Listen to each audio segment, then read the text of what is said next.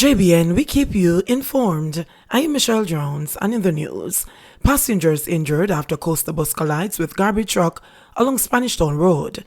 An undisclosed number of people were injured after a Toyota coaster bus traveling along Spanish Town Road in St. Andrew collided with a garbage truck Saturday afternoon.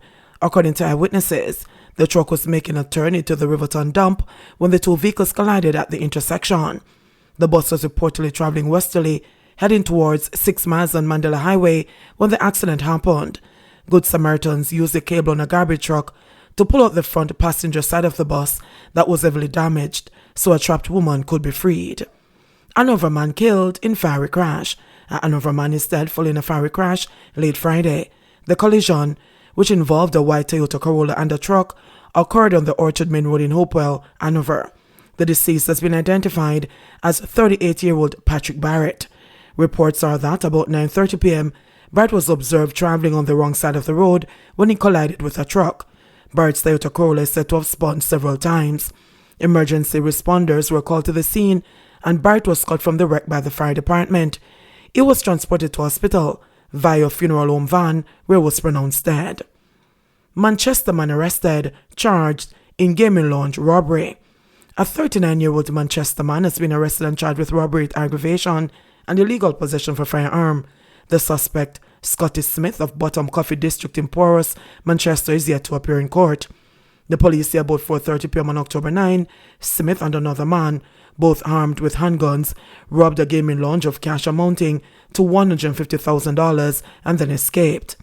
The incident was reported to the police, who, after following several investigative leads, arrested Smith in an operation on Saturday, November 13. Angry mob chopped suspected robber to death in St. James. An angry mob chopped a suspected robber to death in the community of Anchovy in St. James on Saturday.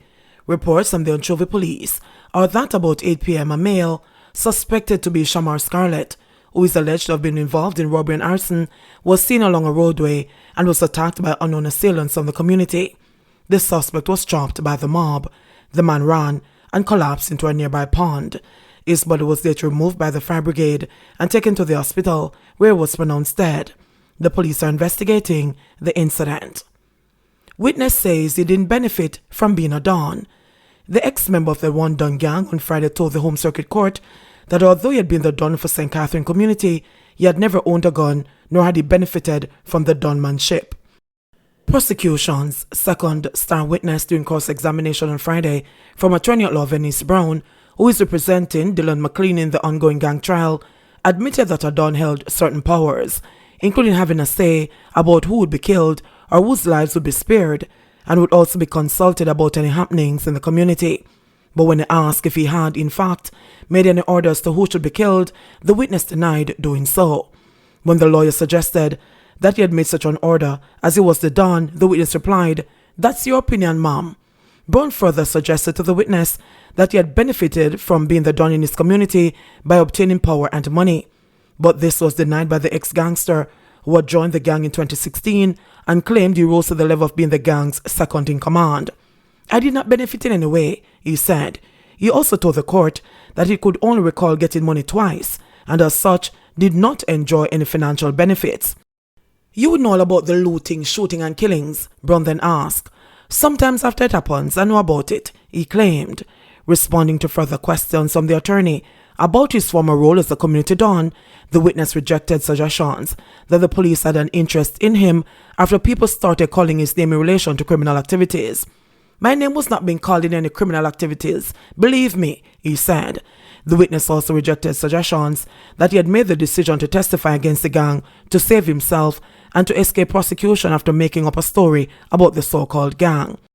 The married ex-gangster, who had been employed for most of his tenure in the gang, also disagreed with the suggestion that he had called the reputed leader Andre Blackman Bryan's name in the gang because he was aware that the police had an interest in him. When asked further if he had told the police everything that he knew about the gang, the witness said, "I wouldn't reach you if I tell him everything I know. I'll tell him as much as I could remember at the time." "Didn't you testify that you were sent to kill people?" she asked. "No, ma'am, sent to run road," he replied. Billy then asked him if that was not part of the badness. "Ma'am, it's part of the badness. All of us in court are gangsters, but I was never sent to pull the trigger, he replied. PM announces SOEs in several police divisions. Prime Minister Andrew Holness has announced several states of emergency SOEs across the island. The SOEs were declared in the police divisions of St. James, Westmoreland and Hanover, and in the corporate area in the St. Andrew South, the Kingston West, the Kingston Central, and the Kingston East police divisions. Holness said all of these divisions have seen increases in crime ranging from 16% to 57%. All have murder rates per 100,000 in excess of the regional average, which is 15%. In fact, the murder rate per 100,000 in these divisions range from a low of approximately 47 per 100,000 to 190 per 100,000, the Prime Minister said in an emergency press conference. We have decided to recommend the declaration of SOEs, having regard to the increase in murders compared year on year both in the communities in which we have declared them and nationally.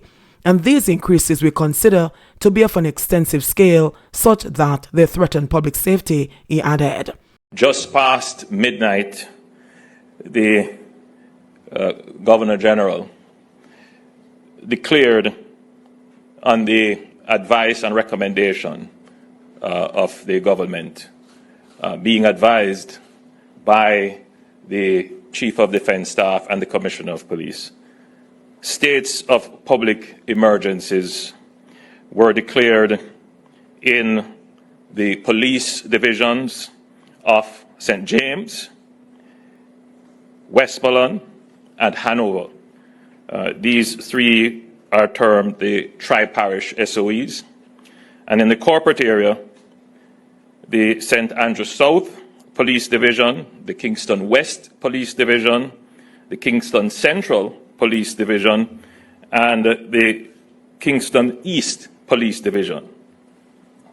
All of these divisions have seen increases ranging from 16% to 57%.